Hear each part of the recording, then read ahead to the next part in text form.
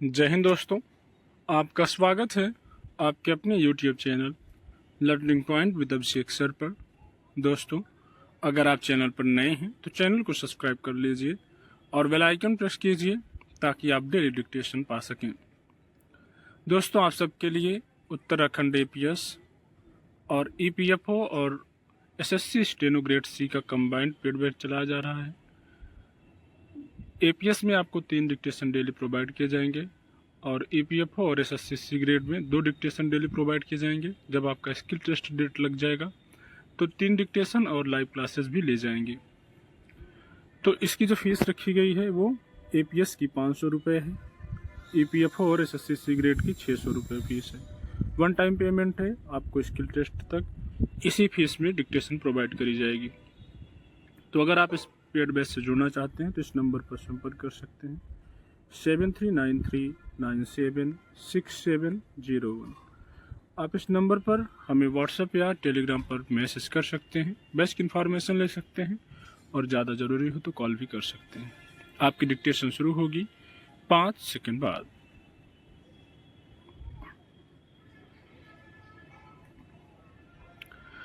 हम सबके भीतर ईश्वर का वास है।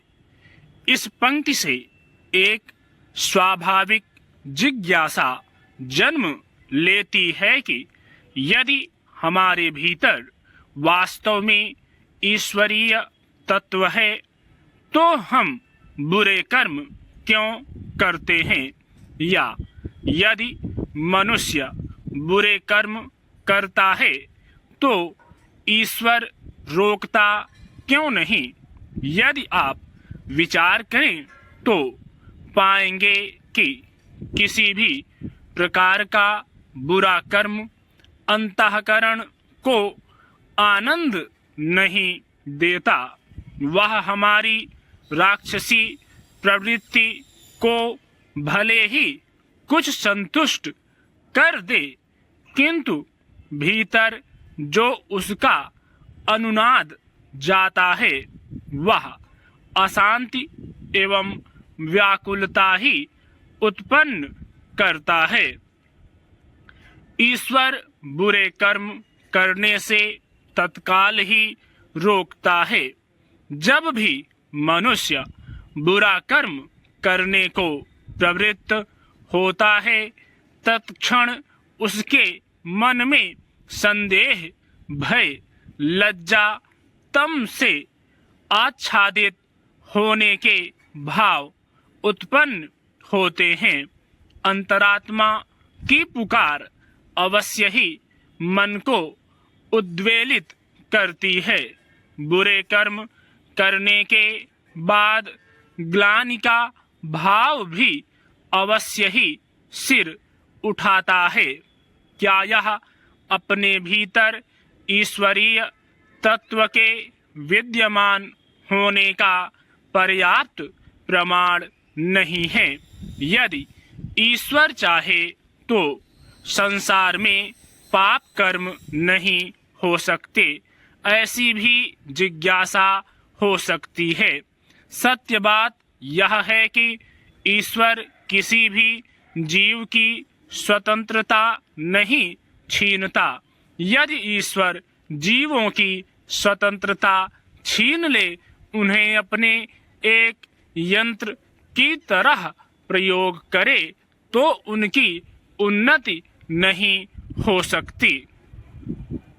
जिस प्रकार परीक्षा के समय शिक्षक विद्यार्थियों को पुस्तिका में सही गलत उत्तर लिखते देखता है किंतु उस पर अपनी कोई प्रतिक्रिया नहीं देता, उत्तर सही न होने पर उन्हें टोकता नहीं, उन्हें सही उत्तर भी नहीं बताता, उसी प्रकार जीवन में परीक्षा के ऐसे क्षण आते हैं जहां हमारी तैयारी की जांच होती है।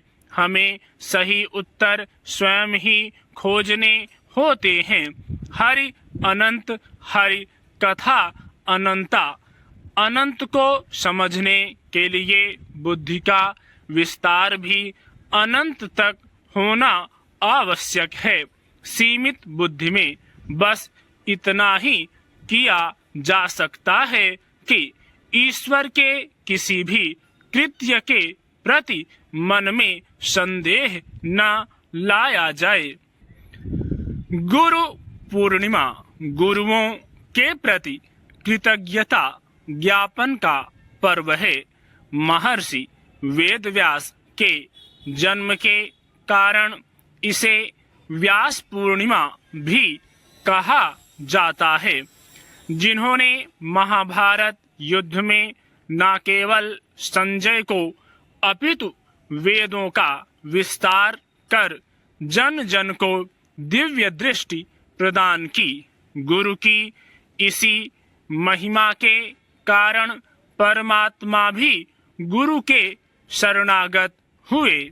इसीलिए गुरु को परमात्मा से ऊंचा स्थान प्राप्त हुआ। प्रकृति का हर तत्व शिक्षक है। भगवान दत्तात्रेय ने मधुमक्खी आदि कीट पतंगों को भी अपना गुरु बनाया। ऐसी महनीय गुरु शिष्य परंपरा को नमन है। स्टॉप।